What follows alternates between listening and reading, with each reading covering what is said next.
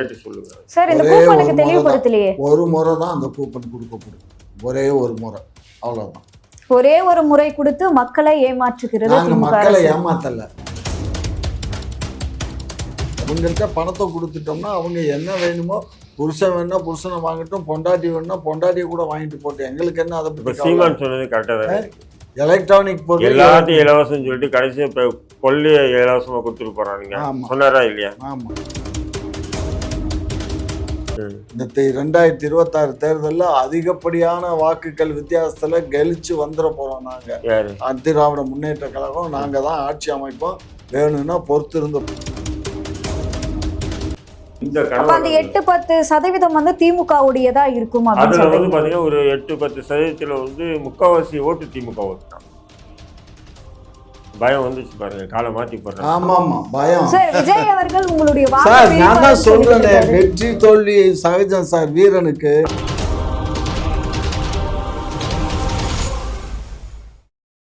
எடப்பாடி அவர்கள் வந்து பிரச்சாரம் ஸ்டார்ட் பண்ணி போயிட்டு இருக்காரு. அது மட்டும் இல்லாம நிறைய தேர்தல் அறிக்கைகளும் வந்து வெளியிட்டு இருக்காரு. இப்போ அதாவது அதிமுகவுக்கும் திமுகவுக்கும் வந்து பெருசா வேறுபாடு இல்லை, ரெண்டு பேருமே ஒரே மாதிரி தான் கொஞ்சம் தேர்தல் அறிக்கையெல்லாம் வெளியே வந்துகிட்டு இருக்கு. இது எப்படி சார் பாக்குறீங்க? நான் ஒரே ஒரு கேள்வி கேட்கிறேன் உங்ககிட்ட. அதிமுக தேர்தல் அறிக்கையில் இலவசங்களை அள்ளி வீசுறாங்க, இவங்களும் அள்ளி வீசுறாங்க. அது இலவசங்கள் அது கொடுக்க முடியுமா கொடுக்க முடியாதா அதெல்லாம் வேற விஷயம். நான் ஒன்று கேட்குறேன், இப்போ திமுக வீசி இருக்கு இல்லையா, எவ்வளோ 8000 கூப்பன், 8000 ரூபாய் கூப்பன். 8000 ரூபாய் கூப்பன். இந்த கூப்பன் அண்ணன்கிட்ட கேட்டு சொல்லுங்க, இது மாதம் 8000 ரூபாய் கூப்பன் கொடுப்பாங்களா, இல்லை வருஷத்துக்கு ஒரு தடவை 8000 ரூபாய் கூப்பன் கொடுப்பாங்களா, அல்லது 5 ஆண்டுகளுக்கு ஒரு முறை இந்த கூப்பன் கொடுப்பாங்களா? கேட்டு சொல்லுங்க சார். இந்த கூப்பனுக்கு தெளிவுபடுத்தலையே. ஒரு முறை தான் அந்த கூப்பன் கொடுக்கப்படும், ஒரே ஒரு முறை, அவ்வளவுதான். ஒரே ஒரு முறை கொடுத்து மக்களை ஏமாற்றுகிறது திமுக. மக்களை ஏமாத்தல, மக்கள் அவங்களுக்கு இப்போ மற்ற அரசியல் கட்சியெல்லாம் நாங்கள் வந்து ஃப்ரிட்ஜ் வாங்கி தர்றோம், அதை வாங்கி தர்றோங்க பொய்யான தகவலில் கொடுக்குறாங்க. நீங்க அனைத்து பொருட்களும் அப்படின்னு சொல்லி மூளை செலவை செய்யறாங்க. எதை வேணாலும் வாங்கிக்கிறட்டும், அவங்கள்ட்ட பணத்தை கொடுத்துட்டோம்னா அவங்க என்ன வேணுமோ, புருஷன் வேணா புருஷனை வாங்கட்டும், பொண்டாட்டி வேணா பொண்டாட்டியை கூட வாங்கிட்டு போட்டு எங்களுக்கு என்ன. அதை பத்தி சீமான் சொன்னது கரெக்டாக தான். எலக்ட்ரானிக் பொருள் எல்லாத்தையும் இலவசம் சொல்லிட்டு கடைசியா இப்போ கொல்லிய இலவசமா கொடுத்துட்டு போறானுங்க. சொன்னாரா இல்லையா? கண்டிப்பா. அப்ப அவர் சொன்னது நமக்கு நெருடலா இருந்தாலும் திமுக போன்ற ஆட்களுக்கு அவரு போன்ற வார்த்தைக்கு பதிலடி இல்லையா? இந்த தேர்தலோட எல்லாருமே துண்டை காணோம் துணியை காணோம்னு ஓடி போயிடுவாங்க. ஆனா தடா ரவி மட்டும் வேணா பேசுவீங்களே தவிர வேற யாரும் பக்கத்துல கூட நிக்க மாட்டீங்க, புரிஞ்சுக்கோங்க. இந்த 2026 தேர்தலில் அதிகப்படியான வாக்குகள் வித்தியாசத்துல கெலிச்சு வந்துட போறோம் நாங்க. திராவிட முன்னேற்ற கழகம் நாங்க தான் ஆட்சி அமைப்போம், வேணும்னா பொறுத்து இருந்து பாருங்க. ஆனா ஏடிஎம்கே தான் இந்த முறை ஆட்சி அமைக்கிறதுக்கான சாத்தியக்கூறுகள். அது அவங்க நம்பிக்கை, என் நம்பிக்கை திமுக ஆட்சி அமைக்கும். மக்களுடைய குரலாகவும் தான் வந்து போறோம் இவன் போறோம் அந்த கூத்தாடி போய எங்க போனாலும் கூட்டம் அநியாயம் கூட்டம் போகுது. அவனை நானும் அதெல்லாம் திமுக ஓட்டு தான். அது கிறிஸ்துவர்கள் ஒடுக்கப்பட்ட மக்கள் திமுக ஓட்டுகள் தான். அது திமுக ஓட்டு இந்த வாட்டி ரிவீட் இருக்கு. அதனால நீ பார்ப்போம். அதாவது ஒரு விஷயம் நல்லா புரிஞ்சுக்கோங்க, மக்கள் வந்து என்ன நினைச்சு ஓட்டு போடுறாங்களோ கரெக்டா போடுவாங்க. ஒன்று போட்டா திமுகவுக்கு போடுவாங்க, இல்லையா எவனும் இதுவரை தமிழ்நாட்டில் வந்து திராட்டல் விடுற மாதிரியே வந்ததில்லை. ஒரே ஒரு முறை கலைஞர் ஆட்சி காலத்தில் நாங்கள் வந்து ஒரு 96 தொகுதி ஜெயித்தோம், கொஞ்சம் தேவைச்சு. அப்படி இவங்க காங்கிரஸ் எங்களுக்கு சப்போர்ட் பண்ணாங்க, நாங்கள் மைனாரிட்டி கவர்மெண்ட்டுன்னு இந்த ஜெயலலிதா சொல்லுவாங்க. திமுகவுக்கு எவ்வளோ பதட்டம் இருக்குன்னா, விஜய் வந்துட்டான், விஜய் வந்து கிறிஸ்துவ மற்றும் சிறுபான்மை மக்கள் வாக்குகள் வாங்கிட்டாங்கன்னா அது நமக்கு மைனஸ் ஆகும். எப்போவுமே பாருங்கள், எந்த தேர்தல் அறிவித்தாலும் அந்த தேர்தலுக்கு முன்னாடி அவசரமாக கூட்டணி கட்சி தலைவர்களை வர வச்சு டீ பார்ட்டியெல்லாம் நடத்துனது இல்லை திமுக. இந்த முறை புதுசாக நடத்துனாங்க பார்த்தீங்களா, இதெல்லாம் நான் கொஞ்சம் ஜுரம் வந்துச்சு. அண்ணன் வந்து அந்த ஜுரத்தை வெளிக்காட்டாமல் கால் மேலே காட்டு போட்டு அந்த விரப்பு டவலை போட்டுட்டு உட்காந்து பேசலாமே தவிர கொஞ்சம் ஆட்டம் நடுங்கி போய் தான் இருக்குது திமுக.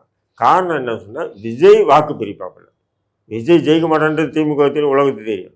ஆனால் விஜயுடைய வாக்கு திமுக வாக்கு தான் மைனஸ் ஆகுது. ஏன்னா இன்டெலிஜென்ஸ் சொல்லிட்டான், உளவுத்துறை ரிப்போர்ட். ஆனா சில அரசியல் விமர்சகர்கள்லாம் என்ன சொல்றாங்கன்னா, விஜயுடைய வாக்கு அதாவது இதனால திமுக வந்து பாதிக்கப்படாது, அதனால இந்த 3ஆம் கட்ட கட்சி அதே போல ஏடிஎம்கே இந்த மாதிரியான கட்சிகள் தான் வந்து ஒரு பின்னடைவை சந்திக்கும். விஜய் யாருடைய ஓட்டு காலியாகும்னா கிறித்துவ வாக்குகள் அப்படியே விஜய்க்கு போகுது. அதனால தான் இத்தனை நாளாக திரைப்படத்திலலாம் விஜய் விஜய்ன்னு பேர் போட்டுருவேன். அரசியலில் இறங்கின உடனே ஜோசப் விஜய்ன்னு தன்னை கிறித்துவனாக காட்டுறான் பாருங்க. அவனும் பயங்கரமான ஆள். விஜய் சாதாரணமான இல்லை. இன்னைக்கு கூட வந்து என்ன சொல்கிறான், நான் எல்லாத்தையும் இழந்துட்டு அரசியலுக்கு வந்திருக்கேன்றான். என்ன இழந்த நீ? தனி விமானத்தில் தான் பறக்கிறேன் இருக்கா இல்லையா? 500 கோடி கிட்ட சொத்துல உல்லாசமாக வந்து வாழ்கிறேன். நடிகை திரிஷா, நடிகை அது இதுன்னு சொல்லி வாழ்கிறேன். இல்லை எல்லாத்தையும் விட்டுட்டு மக்களாக வந்து நம்ம பிரிட்ஜு கீழே தலை வச்சுட்டு நம்ம ஏழை மக்கள் கூட தூங்குற மாரி அவன் சொல்கிறான் பாருங்க. நான் எல்லாத்தையும் இழந்துட்டு அரசியலுக்கு வந்திருக்கேன். எல்லாம் டாவு திமுக மாதிரி அவனும் கற்றுக்கிட்டான். ஏன்னா இவங்களும் பொய் பேசி தான் ஆட்சிக்கு வந்தாங்க. அதே மாதிரி போய் நிறைய பேசினா ஆட்சிக்கு வரலாம். என்னதான் வந்து விஜய் வந்து என்ன பண்ணாலுமே விஜயால ஆட்சியே பிடிக்க முடியாது அப்படின்னு சொல்லிட்டு இருக்காங்களே ஒரு பக்கம். இல்லை, விஜய்க்கு வந்து ஒரு 8-10% வாக்கு வாங்குவோம்மா, வாக்கு வாங்க மாட்டான்னு சொல்லல. ஆனால் ஆட்சியை பிரித்து முதல்வர் ஆகுற இந்த அப்ப அந்த கனவு 8-10% வந்து திமுகவுடையதா இருக்கும் அப்படின்னு அதில் வந்து சொல்றீங்க. பார்த்தீங்கன்னா ஒரு 8-10% வந்து முக்கால்வாசி ஓட்டு திமுக ஓட்டு தான். பயம் வந்துச்சு பாருங்க, காலை மாற்றி போடுறாங்க. ஆமா ஆமா பயம். சார் விஜய் அவர்கள் உங்களுடைய சார் வாக்கு நான் தான் பிரிப்பாளர்னு சொல்றேனே, சொல்லிட்டு வெற்றி தோல்வி சகஜம் சார். வீரனுக்கு ஆமா, நாங்க வெற்றி வீரன் தோல்வி சகஜம். அவங்க எப்படியோ 10 வருஷம் தோக்கட்டும், இன்னும் 10 வருஷம் தோக்கட்டும். பாப்பங்க. 10 வருஷம் இல்லை, இன்னும் 100 வருஷம் தோத்தாலும் அந்த கட்சியை நடத்துறதுக்கும் அந்த தலைவர்கள் வந்து ஜாலியாக இருக்கிறதுக்கும் உண்டான சொத்துக்களை சேர்த்துட்டாங்க. எல்லாருமே வந்து பார்த்தீங்கன்னா ஒரு 20 தலைமுறைக்கு உண்டான சொத்துக்களை சேர்த்து வச்சிருக்காங்க. யார்? முதல்வருடைய குடும்பம் மட்டும் இல்லை, அந்த கட்சியில் இருக்கக்கூடிய ஒவ்வொரு குட்டி பகுதியில் அமைச்சர்கள், எம்எல்ஏக்கள், எம்பிக்கள் எல்லாமே எக்கச்சக்கமாக சொத்தை சேர்த்துட்டாங்க. ஆனால் அவங்களுக்கு என்ன ஒன்றுமே இல்லை. எதிர்கட்சியாக இருந்துக்கிட்டு இருக்குதெல்லாம் குறை சொல்லிட்டு வருவோம் அப்படின்னு சொல்லிட்டு இருப்பாங்க. சார் இப்ப இன்னொரு விஷயம் என்ன அப்படின்னு பாத்தீங்கன்னா, செந்தில் பாலாஜி அவர்கள் வந்து கரூர் தொகுதியில நிக்காம தன்னுடைய சொந்த தொகுதியை விட்டுட்டு கோயம்புத்தூர் தொகுதியில வந்து ஏன் இப்ப நிக்க ஒருத்தர் போறாரு. ஏன் அது என்ன ஒருத்தர் அதாவது கரூர் ஏன் மக்கள் கரூர் அதிருப்தியில ஏன் ஒருத்தர் இல்ல இருக்காங்கன்றதுனாலயா? அது அவர் வந்து அந்த கொங்கு பெல்ட்டுக்கு அவர் தான் பொறுப்பாளர். கொங்கு பெல்ட் பொறுப்பாளர்ல எல்லா இதுலேயும் வந்து அவர் தான் டெவலப் பண்ணி வச்சிருக்காரு எங்கள் கட்சியில். இப்போ எங்களுக்கு வந்து கொஞ்சம் வீக்காக இருந்தது. இவர் வந்து அந்த வேலையை பார்த்துட்டு இருக்காரு. அதை வேலையை பார்த்ததுனால அதை ப்ரூவ் பண்ணணுங்கிறதுக்காக அவர் இப்போ அங்கே ஆனா தன்னுடைய சொந்த தொகுதி மக்களே அவர் மீது ஒரு அதிருப்தியில இருக்காங்க. அட நீ இந்த வேற தடவை வேலைக்கே ஏமா, ஆகாது. நீ உனக்கு என்ன தெரியும்? நான் நேராக போய் பார்த்துருக்கேன். என்ன அந்த பார்த்தீங்க? அவங்க தொகுதி மக்கள்லாம் செந்தில் பாலாஜி மேலே எவ்வளோ உயிராக இருக்காங்கன்னு. அட நீ வேற தற்கொலை பண்ணிக்கன்னா 100 பேர் தற்கொலை பண்ணிக்குவான். அந்த ஆள் அந்த அளவுக்கு எல்லாத்துக்கும் பண்ணி ஜெயிலில் வச்சிருக்காரு. வச்சு அமலாக்கத்துறை ரிவியூட் அடிச்சாங்க. ஒருத்தன் சாகலை. இவர் தற்கொலை பண்ணிங்கன்னா 100 பேர் சாகுவாங்க. சொன்னா செய்வாங்க. எப்படி இருக்கு பாருங்க. ஆமா. ஜெயிலுக்கு போனா என்ன பண்ணணும்? தற்கொலை பண்ற அளவுக்கு இளைஞர்கள் துடிப்பா இருந்தாங்கன்னா ஜெயில இருக்கும்போது 4 பேர் செத்து இருக்குமா இல்லையா? அதே போல ரோட்ல அவர் வந்து ஒரு பைக்ல போறாரு, ஒரு காக்கா கூட வந்து அவரை வந்து பாக்கல. எதுக்கு பார்க்கணும்? அதாவது அவர் மக்களை சந்திக்க போறேன்னு தான் சொல்லி போறாரு. இந்த ஆனா அவரை பாருமா, சந்திக்கிறதுக்காகவே அவங்க இங்க விருப்பப்படல. ஆமாம்மா, அவருக்கு செல்வாக்கு இல்லைம்மா. அவர் ஜெயிக்கிறாரா இல்லையாங்கிறத பொறுத்து பாருமா. ஏமா புலம்புற? நான் காசு வச்சிருக்காரு. ஏன்னா ஈரோடு கிழக்கு இடைத்தேர்தலே ஒரு 500 கோடி அவர் செலவு பண்ணி ஜெயிக்க வச்சாருன்னா அவர் தொகுதியில் ஜெயிக்காம இருப்பாரா? 500 கோடி செலவு பண்ணா ஜெயிச்சிருவாரு. அந்த தெனாவட்டு தான் இருக்கு.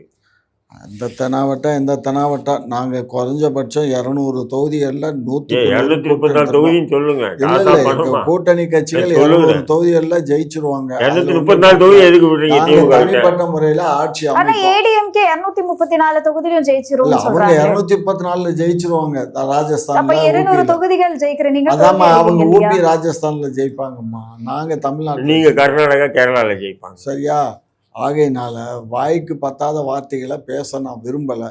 நாங்கள் வெற்றி பாதையை நோக்கி நாங்கள் பயணிக்கிறோம். தோல்விங்கிறது எங்களுக்கு அதை பற்றியும் நாங்கள் பெருசாக வந்து எடுத்துக்கிறது இல்லை.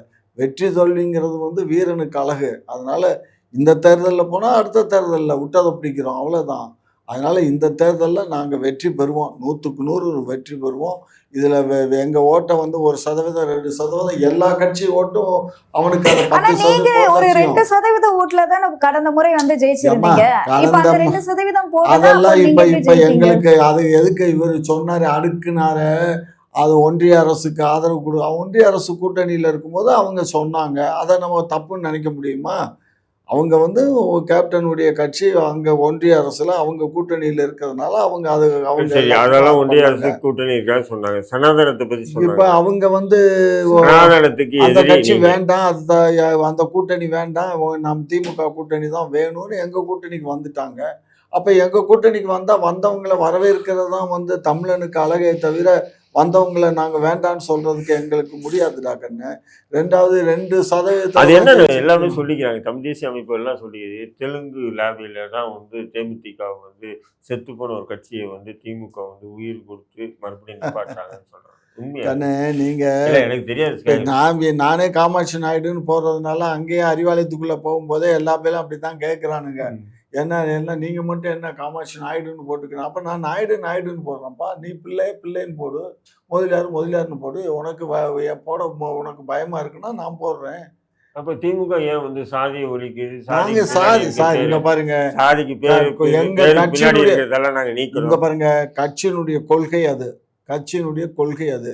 அந்த கொள்கைக்கு வந்து நாங்க எல்லாரும் எப்படி இப்போ வேணா பொறுமையா தொண்டர்களும் நாங்க அதை எப்படி தானே வேணா எடுத்துக்குவோம். அப்படிதானே? பின்பற்றணும். கட்சி கொள்கை அப்படி. ஆமா. ஆனா நாங்க எப்படி வேணா நான் எடுத்துக்குவோம். என்னங்க அடிப்படை தொண்டங்க. யார் நீங்களா? ஆமா. என்னன்னு நான் தொண்டன் தானேங்க. நான் திமுகல யாரு? திமுகல நான் கீழ்மட்ட தொண்டன். அவ்வளவுதான். நான் எதுல இருக்கேன் சொல்லுங்க. சிறப்பு அழைப்பாளரா கூப்பிடுவாங்க பொதுக்குழுக்கு. அவ்வளவுதான். வேற என்ன இருக்கு? யோசிச்சு பாருங்க. அவ்வளவுதாங்க. மனுஷ வாழ்க்கையே அவ்வளவுதான். இந்த தேர்தல் தான் நான் சந்திக்க முடியும்னு எதிர்பார்க்கிறேன். நான் இதுக்கப்புறம் 31 தேர்தல்லாம் நான் எங்க சந்திக்க போறேன் பார்ப்போம். அதெல்லாம் இருப்பீங்க. உங்களுக்கு என்ன? பார்ப்போம். நீங்க கலைஞர் மாதிரி நீங்க ம். நீடித்த ஆயுளோடும் ஆரோக்கியமான உடல் வளத்தோடும் இருப்பீங்க. ஏன்னா ம். ஒரே பரம்பரை இல்லை. அவங்களுக்கு இப்ப அதாவது இந்த தமிழ்நாட்டில் இருக்கக்கூடிய தமிழ் தேசியம் பேசக்கூடிய இந்த தரித்திரம் பிடிச்ச பசங்களுக்கு எல்லாத்துக்குமே நாங்க வந்து தெலுங்கர்கள். ஆனா திமுக அப்படி தான் தரித்திரம் கட்சி அப்படின்னு வந்து திமுகல சொல்லுவாங்க. இருக்கவங்க பூரா தெலுங்குக்காரன் தான் மெஜாரிட்டியா இருக்கான். அவன் உண்மையா இருக்கான், நேர்மையா இருக்கான், நாட்டு மக்களுக்காக உழைக்கிறான், இந்த நாட்டை வாழ வைக்கிறான். இல்ல, உண்மையா அது இருக்கா உண்மையா இருக்கா நேர்மையா இருக்கானா? உண்மையா இருக்கா நேர்மையா இருக்கான். கொள்ளை அடிச்சு திமுக கொடுக்குறது இல்லை. அப்படி சொல்றாங்க. நாங்க மக்களுக்கு ஆதரவா இல்ல. மக்களுக்கான அரசு தாங்க திமுக அரசு. நீங்க எதுக்கு மடையர்களுக்கு நாங்க அரசு வைக்க வேண்டிய அவசியம் இல்லை. அவன் மடையனா தான் இருப்பான். நல் மனிதர்களுக்கு நல்லவங்களை வாழ வைக்கிறதுக்கு உங்களை போன்ற மனிதர்களையும் வாழ வைக்கிறதுக்காகத்தான் நாங்க கட்சி வச்சிருக்கோம். புரிஞ்சுக்கிட்டீங்களா? எங்க கட்சி வந்து எல்லாத்துக்குமான கட்சி, ஏழை எளிய மக்களுக்கான கட்சி, கோடீஸ்வரனுக்கான கட்சி, கொங்கு நாயுடு எல்லாத்துக்குமான பேரவை. கட்சி. கொங்கு நாயுடு பேரவை. கொங்கு என்ன நாயுடு பேரவை உங்க கட்சி? என்ன திராவிட தெலுங்கர் முன்னேற்ற கழகம். திராவிட தெலுங்கர் முன்னேற்ற கழகம் வந்து எல்லாருக்குமான கட்சியா? ஆமா, எல்லாருக்குமான கட்சி தான். எங்க கட்சியில வந்து தமிழர்கள் இருந்தாங்க, சௌராஷ்டிரா அதிகமா சௌராஷ்டிரா இருந்தாங்க, தமிழர்கள் இருந்தாங்க. அது தவிர எல்லா தெலுங்கு பேசுற 52 கம்யூனிட்டி என் கூட இருந்தாங்க. தமிழ்நாட்டுல ஒரு கட்சியை வச்சுக்கிட்டு தமிழர்கள் இருந்தாங்கன்னு சொல்றதே கேவலமா தெரியும். தமிழர்கள் என்னங்க ஏங்க தமிழ்நாட்டுல இருந்துகிட்டு என்ன சும்மா எனக்கு வர்ற ஆத்திரத்துக்கு ஏதாவது பேசி இல்ல எனக்கு சும்மா தெரியல, நீங்க சொல்லுங்க. ஏங்க தமிழ்னா இங்க வெறும் தமிழர்கள் மட்டும் எடுத்துக்கிட்டீங்கன்னா இப்ப நான் தமிழனா நான் தெலுங்கனா சொல்லுங்க. உங்களால சொல்ல முடியுமா? எந்த நூற்றாண்டு எதுக்கு அளவுகோல் என்ன இருக்கு? அளவுகோல் என்னங்க? தமிழங்கிறதுக்கு என்ன அளவுகோல் வச்சிருக்கீங்க? தமிழ் தேசிய அமைப்புகளுடைய அளவுகோல் எங்கு பிறப்பினும் அயலனே, இங்கு பிறப்பினும் தமிழ். நாங்க எங்க பிறந்தோம்? இங்க தானே பிறந்தோம். என் முப்பாட்டன் எங்க பிறந்தான்? என் முப்பாட்டனுக்கு அதான் சொல்றேன். முப்பாட்டன் இங்கு பிறப்பினும் அயலன் தான், எங்கு பிறப்பினும் தமிழன் தான். நான் சொல்றாங்க. அவங்களுக்கு என்னங்க அறிவு இருக்கு? அறிவு ஜீவின்னு அவங்க எல்லாம் நினைச்சிட்டு இருக்காங்க. தமிழ் தேசியம் பேசக்கூடிய அத்தனை அயோக்கியங்களும் எனக்கெல்லாம் சவுக்கு கையில இருந்து அடிச்சு பிச்சிருவேன். பிச்சு ஒரு மொழி ஒரு என்ன மொழியில என்ன மொழி புடுங்குது? இவங்களுக்கு தான் அந்த மொழி சொந்தமா? எங்களுக்கு இல்லையா? நாங்க தாங்க தமிழுக்காக பாடுபட்டு தமிழுக்காக வேர்வை சிந்தினது நாங்க, தமிழை வளர்த்தது நாங்க. அவங்களுடைய கூற்று என்னன்னா, உங்களுக்கு தெலுங்கு மொழி தாய்மொழி இருக்கு. யார் சொன்னா எங்க தாய்மொழி தெலுங்குன்னு? அந்த நாயா சொன்னா போதுமா? அடிஷனல் லாங்குவேஜ்ன்னு தான் நான் தான் சொல்றேனே. தெலுங்குங்கிறது இங்கே தமிழகத்துல வாழக்கூடிய மக்களுக்கு ஒரு அடிஷனல் லாங்குவேஜ். தெலுங்கு தமிழ்ல இருந்து வந்ததுதான் தெலுங்கு. மலையாளம், கன்னடம், தூளுவம் இது போன்ற 5 மொழி குடும்பம் தான் திராவிட மொழி குடும்பம். நாங்கெல்லாம் திராவிட மொழி குடும்பத்தை சேர்ந்தவங்க. கிபி 2ஆம் நூற்றாண்டுல எனக்கு சரித்திரம் இருக்கு. கிபி 2ஆம் நூற்றாண்டுல கொள்கை இல்லைன்றாரு சீமான். இங்க பாருங்க, சீமான் ஏங்க சீமான் வந்து சீப்பட்டு போய் அவர் என்னமோ இன்னைக்கு 4 காசு வந்துருச்சுன்னு உடனே ஏதோ பேசுறாரு மாப்பிள்ள. விடுங்க சார், அவரு பேசட்டும். அவர் வீட்டுக்காரமா யாரு? என்னத்தையோ அதாவதுங்க, ஒரு விஷயம் புரிஞ்சுக்கோங்க. சந்தர்ப்பமும் சூழ்நிலையும் தான் ஒரு மனிதனை உயர்த்துக்குது, ஒரு மனிதனை கீழே கொண்டு வருது. சரியா? நான் சில நேரங்களில் நைட்டில் நினச்சிட்டு, நேற்று நைட்டு தான் நினச்சேன், என் பேரன் கேட்டான். அப்போ நான் வந்து எவ்வளோ காசு பணத்தோட இந்த சென்னைக்கு வந்தேன். அதுவும் த்ரூ பேங்க் அக்கௌண்ட்டில் அவ்வளோ பணத்தையும் இந்த மக்களுக்காகவே செலவு பண்ணி இதுவரை யாருக்கிட்டையும் கை நீட்டி காசு வாங்காமல் ஒரு அரசியலை நம்ம இனிமேல் என்னால் நடத்த முடியாதுங்கிற ஒரு சூழ்நிலை வந்தது போது திமுகவில் இணைஞ்சிட்டு நான் வேலையை பார்த்துட்டு இருக்கேன். புரியுதா? அப்போ நான் இவ்வளோ பணத்தை நான் இந்த மக்களுக்கு செலவு பண்ணி என்னால் ஃப்ளாட்டு நீங்கள் இருக்கிற ஃப்ளாட்டை திமுக வாங்கி கொடுத்து. ஆமாம், நான் இருக்க பிளாட்டு திமுக வாங்கி கொடுத்தது, என் காரு திமுக, அதனால தான் ரெட் கலர் கார் வாங்கி பக்கத்தில் ஒரு பெரிய ஃப்ளாட் இருக்கு, 1.5 கோடி ஃப்ளாட். அந்த பிளாட்டு. அதுக்கப்புறம் அங்கே ஒன்று இருக்குல்ல, இங்கே அந்த இதில் ஒரு இருக்குல்ல, ஓஎம்ஆரில் ஒரு இது இருக்குது, வீடு இருக்குது, காலி இடம் இருக்குது, எனக்கு தெரியும், அங்கே இருக்குது. அப்புறம் இங்கே நம்ம விஜய் வீட்டிலேருந்து 4வது வீடு, ஒரு காலி இடம், ஒரு 11 கிரவுண்ட் இருக்குது. 11 கிரவுண்ட்? ஆமாம், எல்லாமே அதுதான். இப்போ செனாநகரில் ஒரு 3 கிரவுண்ட் இருக்குது. செனாநகரில் இருக்கா? 3 கிரவுண்ட் வச்சுருக்கேன். அதில் ஒரு 1/2 கிரவுண்டு கொடுங்க, வீடு கட்டி குடியிருக்கிறேன். அந்த இடத்துல நீங்கள் வீடு கட்டி குடியிருக்க முடியாது, அது பஜார் ஆகி போச்சு. இப்போ அதான் பஜார்லேயே இருக்கும். ஷாப்பிங் மால் போட போகிறேன் அதில். இல்லை, இவ்வளோ சொத்து வச்சிருக்கீங்க. நான் இத்தனால ஏதோ சாதாரண சொத்து இருந்து என்னங்க பிரயோஜனம்? கையில காசு இல்லைங்க. திமுக கிட்ட டெய்லி காசு வாங்கிட்டு பேசுற மாதிரி நினைச்சிட்டு இருந்தேன். நான் திமுக கிட்ட நான் கை நீட்ட வேண்டிய அவசியம் எனக்கு இல்லை. எனக்கு திமுக கிட்ட காசு வாங்க வேண்டிய அவசியம் இல்லை. நான் இத்தனால அப்படிதான் நினைச்சிட்டு இருக்கேன். டெய்லி 500 ரூபாய் வாங்குறாங்க. நீங்க ஒரு முறை வந்து என்கிட்ட கலைஞர் சொன்னாரு, வேற பேர்கிட்ட சொல்றாரு, நான் இந்த இடைத்தேர்தல், நெல்லிக்குப்பை இடைத்தேர்தலுக்கு என்னை கூப்பிட்டு தயவு செஞ்சு நீங்கள் வரணுன்னாரு. சரி அப்படின்னு சொல்லி கலைஞரை போய் பார்த்தேன். அப்போ நான் போகிறேன் அப்படின்னு சொன்னேன், போயிட்டு வரேன் அப்படின்னேன். உடனே கலைஞர் சொன்னார், வீராசாமி பார்த்து விடு உங்கள் ஆளை அப்படின்னாரு. அவர் வீராசாமி உடனே ராபா எத்தப்பா கவலை அப்படின்னாரு. வீராசாமி என்கிட்ட தெலுங்கு தான் பேசுவார், நான் தெலுங்குல தான் பேசுவேன். நாங்கள் தான் அடிஷ்னல் லாங்குவேஜ்னு சொல்கிறோம்ல, அப்புறம் என்ன நீ உருது பேசுறது இல்லையா? அது உனக்கு அடிஷ்னல் லாங்குவேஜ் இல்லையா? இல்லண்ணே, அதிகாரத்துல நீங்க வரீங்க இல்ல, அதுதான் கேக்குறாங்க. அதிகாரத்துல இங்க பாருங்க, மக்கள் வாக்களிச்சா நாங்க அதிகாரத்துல இருக்கிறதுல உங்களுக்கு என்ன வலிக்குது? எனக்கு வலிக்கல. தமிழ் தேசிய அமைப்புன்னா என்ன? தமிழ் தேசியங்க ஏங்க, இந்த தமிழ்நாட்டுல தமிழுக்காக, செந்தமிழுக்காக நாங்க தாங்க வேர்வை சிந்தி நாங்க தான் இங்க கொண்டுட்டு வந்ததே நாங்க தான். அழிக்கல, தமிழை வளர்த்துருக்கோம். ஏங்க, தமிழை அழைக்கிறதுக்கு நீங்க இல்ல, நான் இல்ல, இந்த அக்கா இல்ல, இந்த தம்பி இல்ல, யாராலையும் புடுங்க முடியாது. எனக்கு அக்கா தான். ஏன்னா அது பொண்ணு, நாளைக்கு நான் கல்யாணம் பண்ணிக்குவேன், அதுக்கு தான். சோ ஆகையினால நீங்க பொண்ணு. ஆமா ஆமா. சோ ஒரு விஷயம் நல்லா புரிஞ்சுக்கோங்க. சொன்னீங்க 31 தேர்தலுக்கு இருப்பதோ இல்லையே. இங்க பாருங்க, ஒரு விஷயம் நல்லா புரிஞ்சுக்கோங்க. எங்களுடைய மக்கள் வந்து எல்லாமே அடிஷ்னல் லாங்குவேஜ் தான். தமிழ்ல வந்து இப்பயும் நீங்க பாருங்க, தமிழ்ல எல்லாம் இந்த ஷா போடுறீங்க, இந்த ஷா போட்டால் வடமொழி சொற்கள் ஆயிடுது, அது தெலுங்குல வருது. அதே மாதிரி காமாட்சி அப்படின்னு போட்டால் இந்த கூனா போட்டு மேலே ஒரு கொம்பு போட்டால் காமாட்சி, இதை இச்சு போட்டு சி போட்டால் காமாட்சி, இட்டு போட்டு சி போட்டால் காமாட்சி. இவ்வளோதாங்க. இதை வந்து அதாவது அறியாத வாயில மண்ணுன்னு சும்மா சொல்லலை முன்னோர்கள். அது இவங்க எல்லாம் வந்து ஏங்க காசு காத்தாங்க, எல்லாம் தமிழ் தேசியம், கத்திரிக்காய் தேசியம். அவங்க பவருக்கு வரணும், அவங்க பவருக்கு வந்தால் பார்த்தா இவ்வளோ சொத்து இவ்வளோ சம்பாதிச்சிட்டானுங்க, ஏன் நம்ம பவருக்கு வந்தால் சம்பாதிக்கக்கூடாது? கடவுள் சத்தியமாக சொல்கிறேன், இவங்களுக்கு எல்லாம் இந்த காசு ஆசை இதில் தான். மக்களுக்கு சேவை செய்யணுங்கிற எண்ணம் கடவுள் சத்தியமா சொல்றேன் எவனுக்குமே இல்லை. தமிழ்நாட்டில் இருக்கக்கூடிய தெலுங்கருக்கு நிறைய காசு இருக்கா? தெலுங்கர் தாங்க இங்க தமிழ்நாட்டிலே ஒரு காலத்துல கவலாட்சி பண்ணிட்டு இருந்தோம். ஒரு காலம் விடுங்க, இப்பதான் இந்த ஸ்டுடியோ எல்லாம் யார் வச்சிருந்தா? விஜயராகினி ஏவிஎம் ஸ்டுடியோ வந்து நாட்டுக்கோட்டை செட்டியாரு. ஏவிஎம் செட்டியார், அவர் நாட்டுக்கோட்டை செட்டியாரு. ஆனா அவரு கல்யாணம் பண்ணிக்கிட்டது விஜயா கார்டன், அதெல்லாம் தெலுங்கு. ஆமா, அவன் விஜயா கார்டன் தெலுங்கு தானே, ரெட்டியார் தானே. அந்த விஜயா ஹாஸ்பிட்டல் இருக்குல்ல, விஜயா ஹாஸ்பிட்டல், அந்த எல்லாமேங்க அந்த கோல்டன், அந்த என்னுடைய பொறாமை தான் தமிழ் தேசியவாதிகள் உங்களை புரிய. அதேதான் இங்க சென்னையை பொறுத்த மட்டும் 60-70% எங்கள் ப்ராப்பர்ட்டி.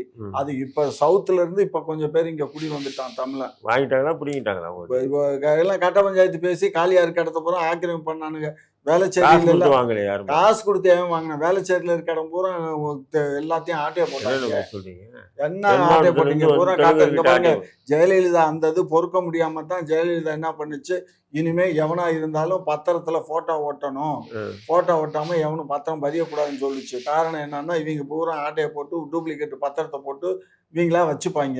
வச்சுக்கிட்டு இடத்துக்காரன் அங்கே போனாக்க இது ஏன் இடம்பா, போலீஸ் ஸ்டேஷனுக்கு போனால் நீங்கள் கோர்ட்டில் போய் முடிவு பண்ணிக்கோங்க, அதனால இப்போ அவர் கண்ட்ரோலில் இருக்க, அவர் தான் இருப்பாருப்பாங்க. இப்படி தாங்க சென்னையில் சொத்து பூரா ஆட்டையை போட்ட சொத்து தான், பூரா தெலுங்காரன் சொத்து தான், புரிஞ்சுக்கோங்க.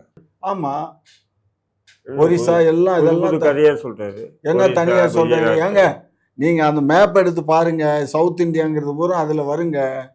அந்த பூரா அந்த பார்டர் ஏரியா பூரா ஜனகணமன அதில் வந்து உச்சல இது திராவிடம் அப்படின்னு வருது, அதில் குஜராத்தும் வருது, எல்லாமே வருது. எல்லாமே வருதுங்க. நான் ஒரு விஷயம், திராவிடத்தை அது இல்லைன்னா குஜராத் அல்ல ஒட்டுமொத்த இதுவும் வராது. அந்த பார்டர் ஏரியாக்கள் வரும்.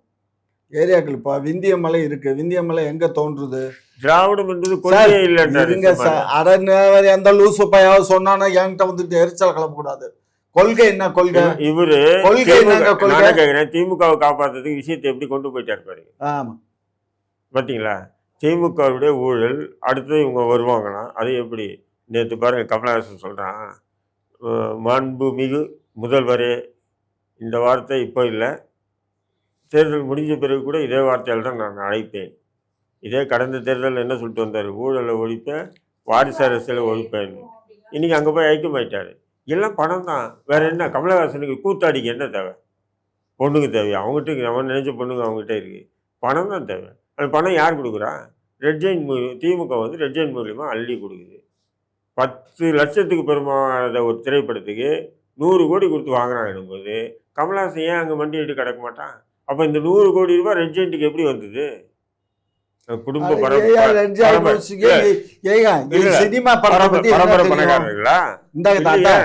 இங்க பாருங்க, நீங்க திமுக அடிக்கிற கொள்ளையில ஊழல் பணத்தை வெள்ள பணமாக்குறது ரெட் ஜெயின் படம் எடுத்து பாத்தீங்களா? அவ்வளவுதான். ஒரு 1000 கோடி அடிக்கிறாங்க.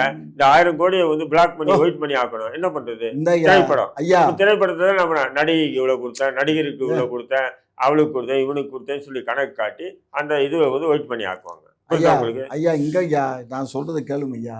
ரெட் ஜாயின்ட்ஸ் மூவிங்கிறது வந்து நாங்கள் திரைப்படங்களை, இப்போ நீங்கள் ஒரு ப்ரொடியூசரு, நீங்கள் படத்தை தயார் பண்ணியிருக்கீங்கன்னா அந்த படத்தை நாங்கள் வாங்குறோன்னா பணம் கொடுத்து வாங்குறது இல்லை, உங்களுக்கு ஒரு அட்வான்ஸ் கொடுத்து அந்த படத்தை வாங்கி என்ன பண்ணுறோம், தியேட்டர்ல ரிலீஸ் பண்ணுறோம். ரிலீஸ் பண்ணுறது இது எல்லாருக்கும் தெரியும். அப்புறம் படம் தயாரிப்பாளர் இல்லை. அப்புறம் ஒரே ஒரு விஷயம் கேட்குறேன், அப்புறம் நாங்கள் எங்களுக்கு கோடி ரூபாய் பெருமானமான கமலஹாசன் படத்துக்கு 100 கோடி கொடுத்து நீங்க வாங்குறீங்கன்னா அந்த 100 கோடி நாங்க எங்க 100 கோடி கொடுத்தோம்? கேளுங்க, அந்த படம் 200 கோடிக்கு ஓடுச்சுங்க.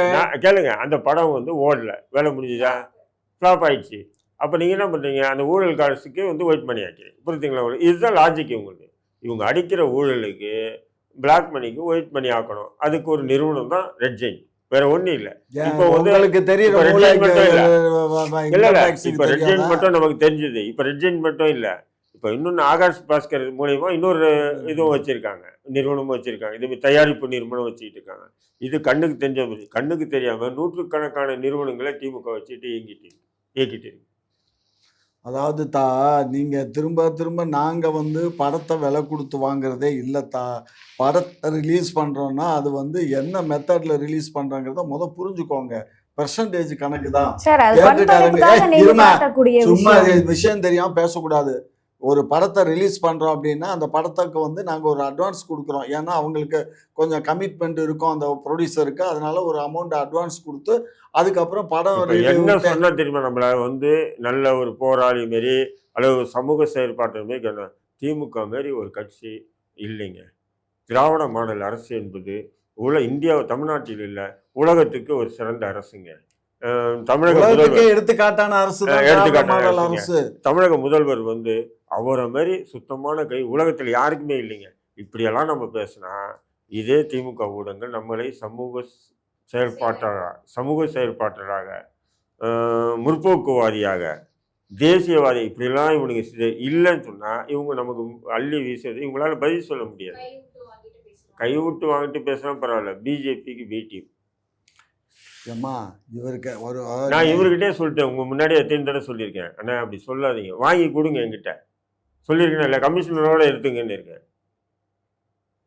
அதையும் செய்ய மாட்டேன். பாஜக ஒரு படம் ரிலீஸ் பண்ற கம்பெனி அதனுடைய ஒர்க் என்னன்னே தெரியாம யாரு ஒர்க் தெரியல. ஏங்க ரெட் ஜாயின் மூவிஸ்ல என்ன ஒர்க் பண்றோம், படத்தை வாங்கி ரிலீஸ் பண்றோம், அதுதான் சொல்ல வரேன். படத்தை விலை கொடுத்து வாங்கல, புரிஞ்சுக்கோங்க. படம் ஓடுனா தான் காசு, ஓடலைன்னா வேஸ்ட், காசு கொடுக்க முடியாது, பெர்சன்டேஜ் தான்.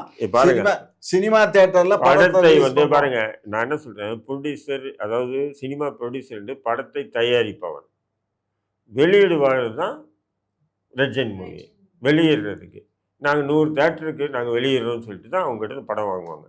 படம் வாங்கினா சும்மா எடுத்து கொடுத்துட மாட்டான். நீ ரிலீஸ் பண்ணி ஓடுனா காசு, ஓடுனா காசு, இல்லைன்னா இருக்குன்னு ஓடுனா காசு கொடு, ஓடலைன்னா விட்டு போன்னு சொல்லுவானா, முட்டாளாவன். அவன் என்ன பண்ணுறான், ப்ரொடியூசர் வந்து அந்த விநியோகஸ்தரை கூப்பிட்டு விற்கிறான். இத்தனை கோடி கொடு, 100 கோடி 500 கோடி கொடுங்க, வாங்கிட்டு அவன் விட்டுருவான். ஓடுதோ ஓடல உங்களுக்கு தான் லாபமோ நட்டமோ. அப்போ நீங்க தான் ஊழல் மூவிஸை பொறுத்த மட்டும் படத்தை நாங்க அவுட்ரைட் பர்ச்சேஸ் பண்றது இல்ல, அந்த கம்பெனி அவுட்ரைட் பர்ச்சேஸே கிடையாது, பெர்சன்டேஜ்ல தான் ரிலீஸ் பண்றாங்க, அவுட்ரைட் பர்ச்சேஸ் கிடையாது, பணத்தை கொடுத்து நாங்க விலைக்கு வாங்குறது இல்ல. அப்படி விலைக்கு வாங்கலன்னு சொன்னா அவனுக்கு என்ன வெறி பிடிச்சி போயிருக்கா, உங்ககிட்ட எடுத்து கொடுங்க, அவன் நேரடியாக வெளியிட்டு போயிடுவாங்க. முடியாது இல்ல, தியேட்டர் பூரா எங்க கண்ட்ரோல்ல இருக்குல்ல. அப்போ 600 தியேட்டர் வச்சிருக்கோம், 600 தியேட்டர் வச்சிருக்கோம். ஆமா, அதனால நாங்க நினைச்சாதான் முடியும். அப்ப இதுவும் ஒரு விதமான அட்ராசிட்டி தானே.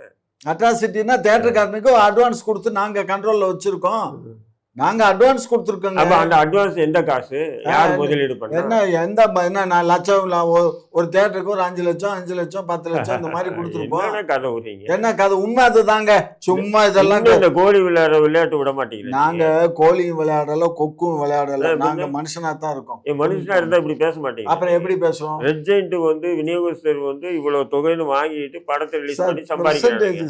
சார் பெர்சன்டேஜ் என்ன பெர்சன்டேஜ் பாருங்க, ப்ரொடியூசருக்கு 40% இல்ல 50% ஒரு ரேட் அவங்களுக்குள்ள பேசல. அவன் பல கோடி ரூபாய் செலவு பண்ணி படத்தை எடுத்துட்டு இவங்க கிட்ட கொடுத்துட்டு உட்காந்துருப்பாங்க. இவங்க ஓடுனா பணம், சார் கெஞ்சுறான், கியூல நிக்கிறான், ரெட் ஜாயின் மூவிஸ் இந்த படத்தை ரிலீஸ் பண்ணுங்கன்னு கியூல நிக்கிறான். ஓடாத படத்தையும் அதிக ரேட்டுக்கு வாங்குறது ரெட் ஜாயின் தான். நீங்க உலகம் புரியாம இருக்கீங்க, நீ எந்த உலகத்துல இருக்கீங்க? கியூல இருக்கான் அந்த மேனேஜர் ஒருத்தர் இருக்காரு, அங்க அந்த படத்தை பார்த்து இது ஓகே நாங்க எடுத்து ரிலீஸ் பண்றோம்னு சொல்றதுக்கு அங்க ரெட் ஜாயின் மூவிஸ்ல ஒருத்தர் இருக்காரு. ஐயோ பாத்தீங்கன்னா அவரை பாத்தீங்கன்னா 4-8 சீம் பிடிச்சிட்டு மாதிரி அவர் பின்னாடியே திரிவானுங்க கொடுக்க பிடிச்சிட்டு. ஐயோ நீங்க அங்க ரெட் ஜாயின் மூவிஸ் ஆபீஸ் போய் பாருங்க, சாதாரணமா படத்தை எடுத்துக்கிறதே இல்ல. அவரே ஒரு 500 கோடிக்கு சுத்தி இருக்கு. 500 கோடி எல்லாம் ஜுஜிப்பீங்க நீங்க வேற. ஆனா முதல்வர்கிட்ட மட்டும் காசு இல்லைங்க, அவர்கிட்ட ஏது பணம், இது தொழில் பண்றாங்க, பணம் இருக்கு. ஆனா ரெட் ஜாயின் மூவி வாட்ச்மேனுக்கு மேனேஜருக்கு கோடிக்கணக்கான காசு. ஆமா, அவங்க தொழில் பண்றாங்க, சம்பாதிக்கிறாங்க. உங்களோட நேரத்தை ஒதுக்கி பல்வேறு கேள்விக்கு விளக்கம் அளிச்சிருக்கீங்க, அதற்கு நன்றி. செய்தி நேயர்களுக்கு மிக்க நன்றி. கிட்டத்தட்ட 60,000 சப்ஸ்கிரைபர் தாண்டி போயிட்டு இருக்கும். இதே போல தொடர்ந்து உங்களுடைய ஆதரவை அளிக்கவும். அது மட்டும் இல்லாம லைக் பண்ணுங்க, ஷேர் பண்ணுங்க, சப்ஸ்கிரைப் பண்ணுங்க, மறக்காம பெல் ஐக்கனையும் கிளிக் பண்ணிருங்க.